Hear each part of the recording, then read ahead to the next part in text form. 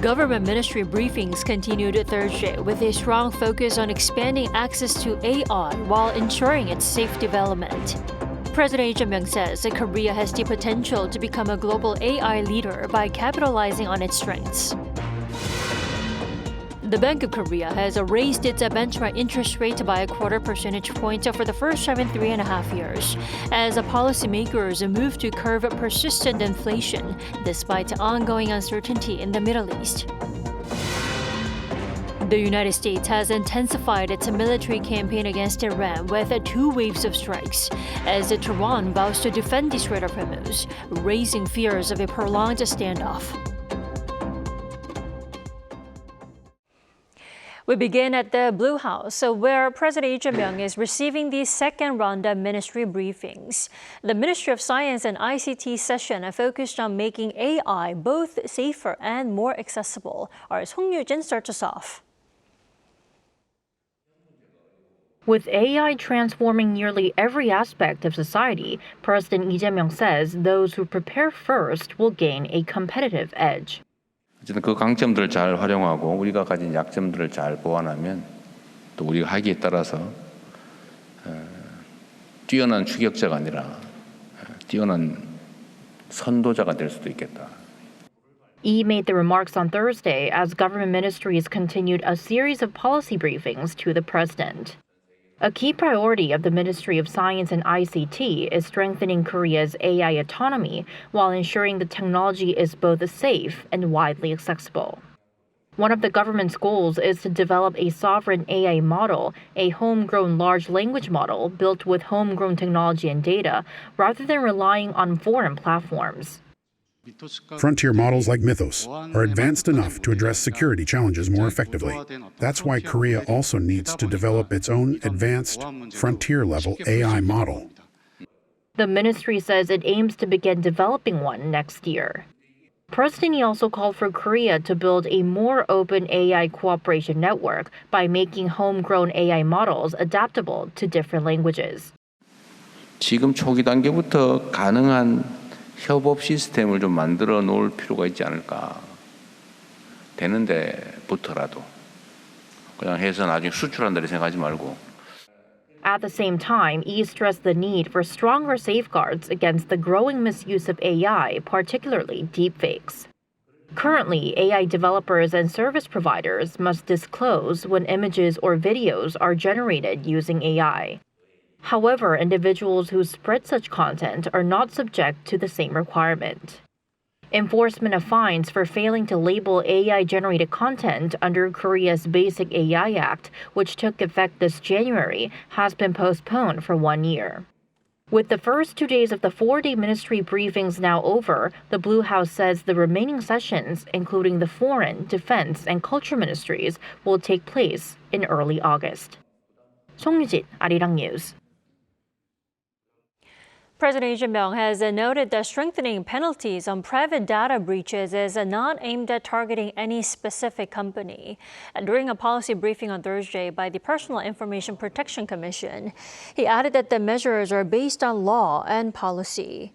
U.S.-based e-commerce firm Coupang recently protested over the Korean government's probe into the company's massive data leakage.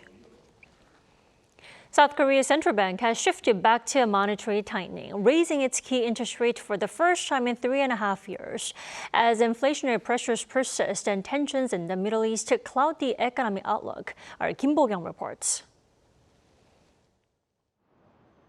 The Bank of Korea has raised its benchmark interest rate by a quarter percentage point to 2.75%, marking the very first rate hike since January 2023.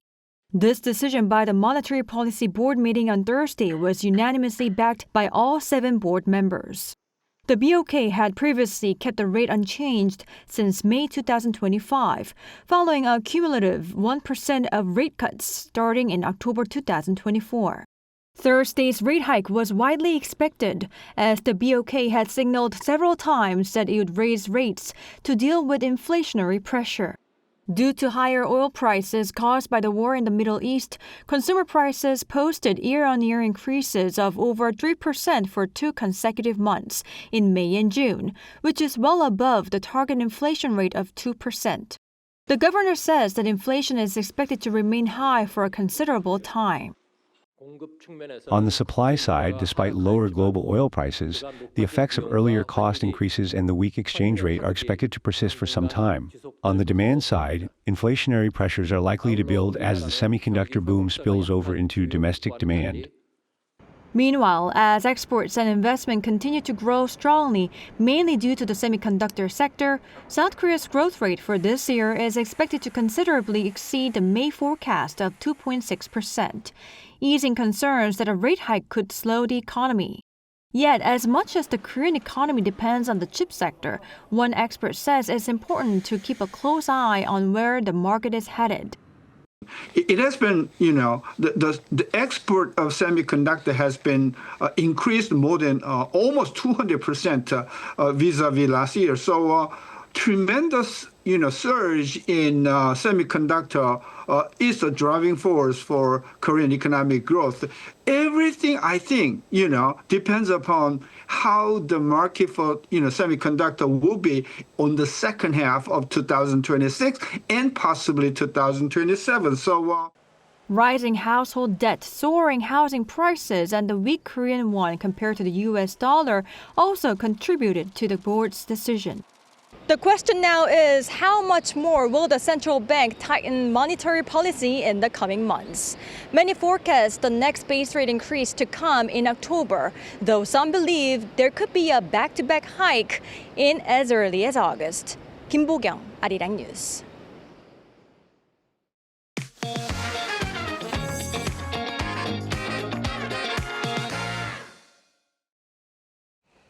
Korea this week mapped out a bold economic strategy for the second half of the year, revising its growth outlook. And at the same time, the local stock market has been experiencing extreme volatility, prompting the government to look closely into the stabilization measures surrounding single stock leverage ETFs. For a closer look, our economics correspondent Park Junan joins us in the studio. Welcome back, Junan. It's great to be back, Tommy. Junan, so let's start with the government's economic blueprint. What are the core strategies and visions? Right, Tommy. So to bring a fundamental turnaround to the Korean economy, the government announced its 3-4-5 vision. So this aims for 3% potential growth, a top 4 global trade status, and a $50,000 income. A 3% growth projection this year is a substantial leap from the initial 2% forecast. If achieved, this will mark the highest growth rate since 2021. To achieve the 3-4-5 vision, the government is accelerating 3 mega projects centered on semiconductors and artificial intelligence. They are also designating super innovation projects for advanced sectors like next-generation secondary batteries and sensors. Well, for these ambitious growth targets to be truly sustainable, the foundation of the economy itself must be strong. Then how does the financial market factor into the broader economic growth, Junan? Right, Tommy. So as you just mentioned, a nation cannot build a strong economy on a weak financial foundation. For Korea, advancing and revitalizing its capital market is a necessity. The government and economic institutions understand that to draw in global capital and boost corporate investments, Korea must offer an accessible, reliable, and highly attractive financial market. A major step toward this is the internalization of the Korean won.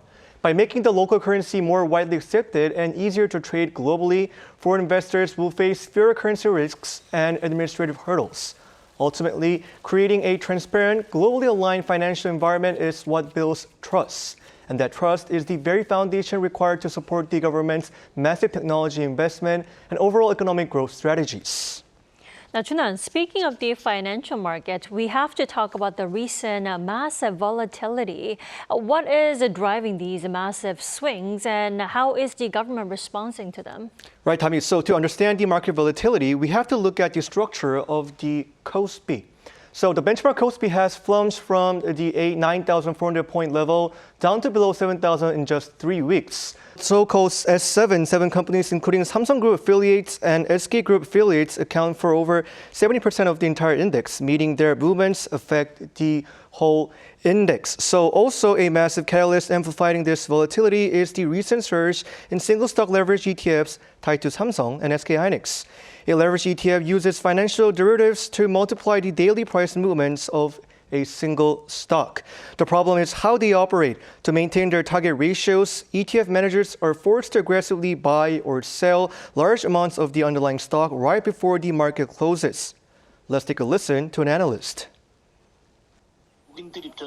For foreign investors in particular, since leveraged ETFs were introduced on May 27th, Korea has become a very attractive market for trading volatility. With fear of missing out taking hold, a huge amount of leveraged money has poured into those ETFs. What we call the wag the dog effect has emerged. Even a small move in the futures market can trigger much larger swings in the broader market, significantly amplifying volatility.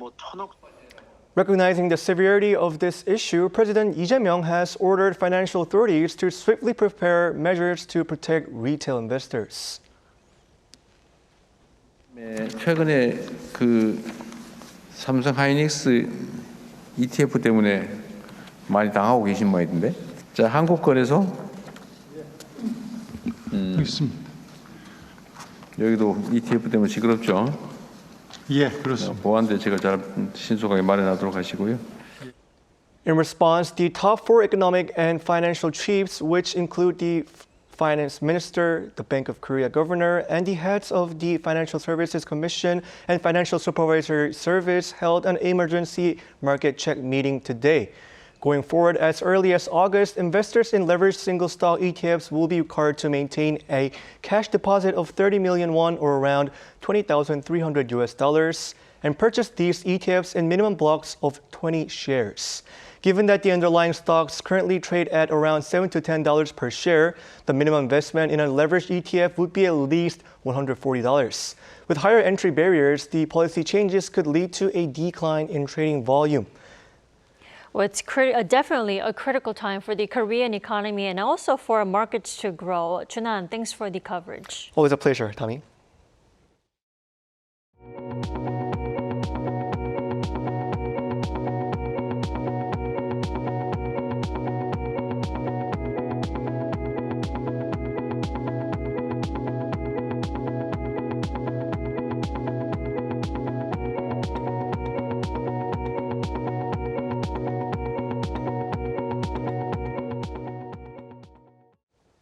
The United States launched two waves of strikes against Iran on Wednesday evening, and with Tehran vowing to defend the Strait of Hormuz, neither side appears ready to back down. Kim Do-yeon has more.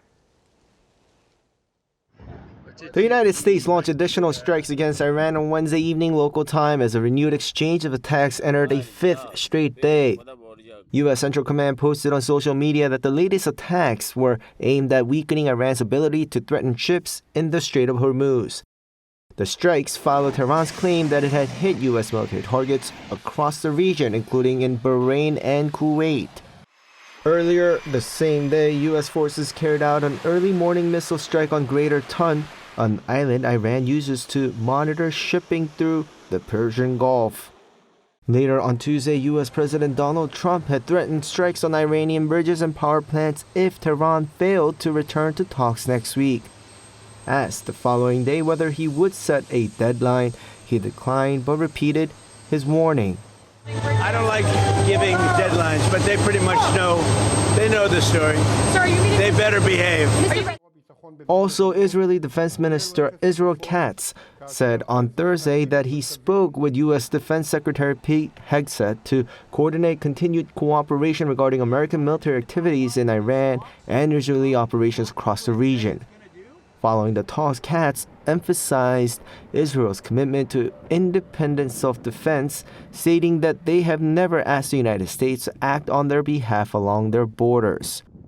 Meanwhile, Iran has shown no sign of backing down. Iran's lead negotiator Mohammad Bakr Kalibaf said on Wednesday that Tehran had no reason to honor its memorandum of understanding with Washington if Iran saw no benefits from it.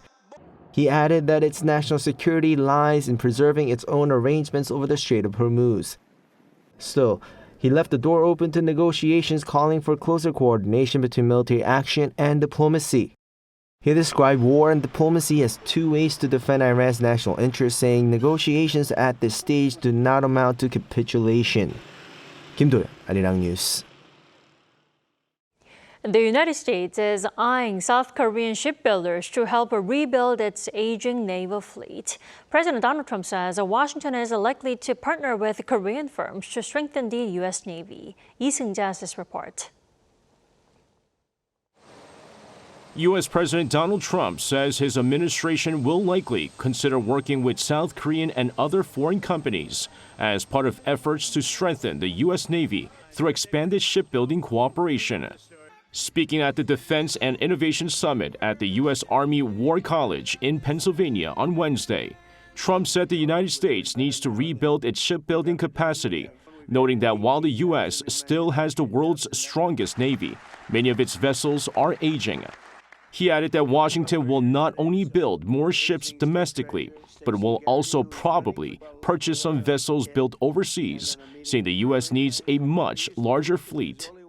So we're going to probably look at some of these companies that are coming in from South Korea and other places, and they're working with us on ships. And we're going to also buy some ships that are made outside of the area. However, Trump did not clarify what he meant by ships being made outside of the area. The remarks come as Washington looks to deepen cooperation with South Korea, which is home to some of the world's largest and most advanced shipbuilders. Earlier this month, the South Korean presidential office said Trump appears open to the possibility of U.S. naval vessels being built in South Korea. The issue was also reportedly discussed during Trump's meeting with South Korean President Lee Jae-myung on the sidelines of the G7 summit in France last month, highlighting growing interest in expanding bilateral cooperation in the defense and shipbuilding sectors. Lee Seung-jae, Arirang News.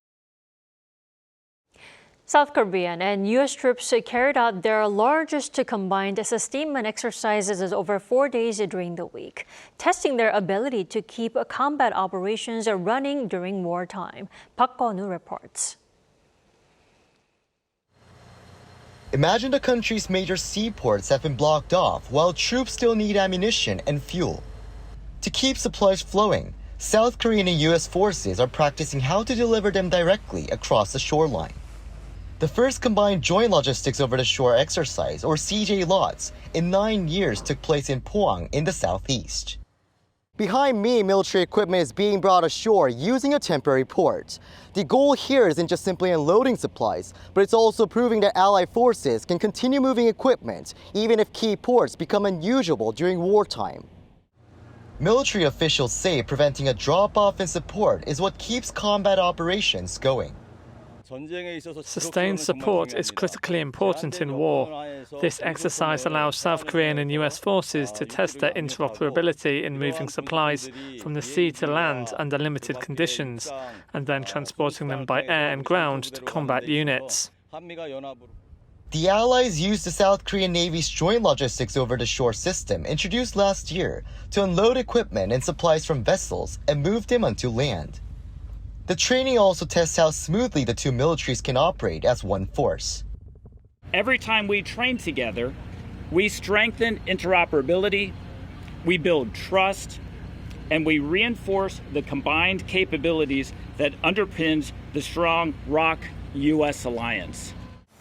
The exercise is one part of the wider 4-day 2026 Combined Joint Sustainment Training, led by the Republic of Korea U.S. Combined Forces Command through Thursday. Around 4,400 South Korean and U.S. personnel are taking part, along with around 600 pieces of equipment, including ships and aircraft, making it the largest exercise of its kind. But sustainment does not stop with moving equipment. It also means treating and evacuating wounded troops. The Allies simulated a scenario involving over 100 troops. Known as the Dragon Lift Drill, it demonstrated how those wounded could receive emergency treatment before being rapidly transferred to civilian medical facilities. Military officials say the drills are designed to ensure the alliance can continue sustaining combat operations even when key infrastructure is disrupted, reinforcing its fight-tonight readiness posture. Park Kwon-woo, Arirang News, Pohang. Korean air conditioner makers are seeing a sharp rise in sales across Europe as a record-breaking heat drives up demand for cooling. Now, portable units are particularly popular as they can be used without major installation work. Our Park Tae-ryung has more. Record-breaking heat continues to grip Europe. But air conditioning is still uncommon in many homes, and air conditioners are selling out across parts of the continent. The trend is being felt by Korean manufacturers. They say their sales in Europe have increased significantly. Driven by record-breaking heat waves across Europe, demand for cooling solutions increased significantly, leading to double-digit year-over-year growth in residential air conditioner sales across Europe, particularly in Southern and Western Europe. Portable air conditioners are among the products seeing particularly strong demand. Unlike conventional air conditioners, these units require no outdoor compressor or major installation work. That makes them a practical option for renters and people living in older European buildings. A Korean manufacturer, Weltem, says demand in Europe has been stronger than expected this summer. Sales of portable air conditioners in Europe are up about 15% from last year. Even though summer is not over yet, all units for Europe have already sold out. However, Korean manufacturers face price competition, particularly from Chinese rivals, as they seek a larger share of the rapidly expanding market. According to MBC, some Chinese companies are selling air conditioners at prices up to 30% lower than those of Korean companies, and their sales have more than doubled from last year as well. Nevertheless, Korean manufacturers say production will remain at peak levels through August as demand for cooling in Europe continues to rise. The question now is whether Korean manufacturers can remain competitive with lower-priced rivals increasing their market share. Park Tae-ryung, Arirang News. Korean culture continues to thrive around the world, but some say the country's traditional cultural heritage has yet to receive the same global recognition. Lawmakers are exploring ways to balance heritage protection while advancing a global reach. An Sung-jin has the details. K-pop and Korean dramas have captivated audiences around the world. But Korea's traditional culture, especially its antique crafts and artworks, is yet to enjoy the same global reach. To address those barriers, a policy seminar was held at the National Assembly on Thursday with the Korea Antiques Association on easing restrictions on the overseas export of Korean antiques. Rather than keeping Korea's antique art bound by outdated regulations, I believe it's time to ease restrictions. We need more reasonable standards that align with global practices, allowing these cultural assets to be exported.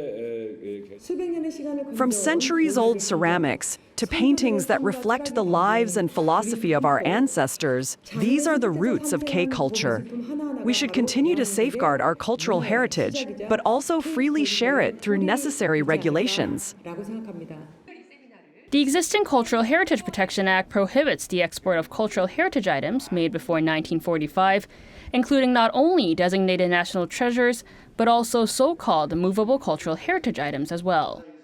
Though the legislation prevents the loss of cultural assets, some have argued that it limits international cultural exchange and prevents Korean antiques from reaching global markets, making it difficult to receive fair value or proper preservation. Specialists from the legal, academic, and cultural heritage sectors presented proposals to clarify legal standards and reform export regulations through a panel discussion.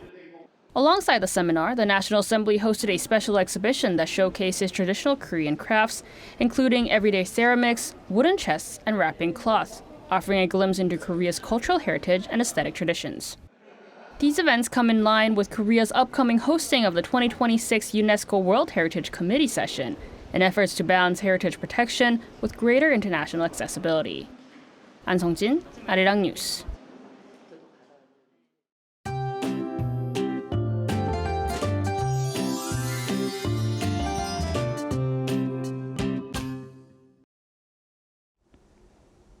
The long weekend for Constitution Day begins tomorrow, and we're looking at a stretch of wet weather. Through tomorrow, we'll see rain across Chungcheongdo provinces and the southern regions. Rainfall amounts will range from 5 to 80 millimeters in most areas, while the west coast of the Jeollado provinces could see more than 100 millimeters of rain. Then on Saturday, rain will spread across the entire country. The heaviest downpours are likely to be in the morning, especially across the central regions and Gyeongsangbuk-do province. That's because a developing low-pressure system will move across Korea, making heavy rain more likely overnight Friday and into Saturday morning. Tomorrow, Seoul will start the day at 23 degrees Celsius, Daegu 24, and Gwangju 25 degrees. Then by the afternoon, Seoul will get up to 32 degrees, while Chuncheon, Gyeongju, and Jeju will all top out at 31 degrees. The monsoon rain will continue through Monday next week, so wherever your holiday plans take you, be sure to keep an umbrella handy. Now here's a look at the weather around the world.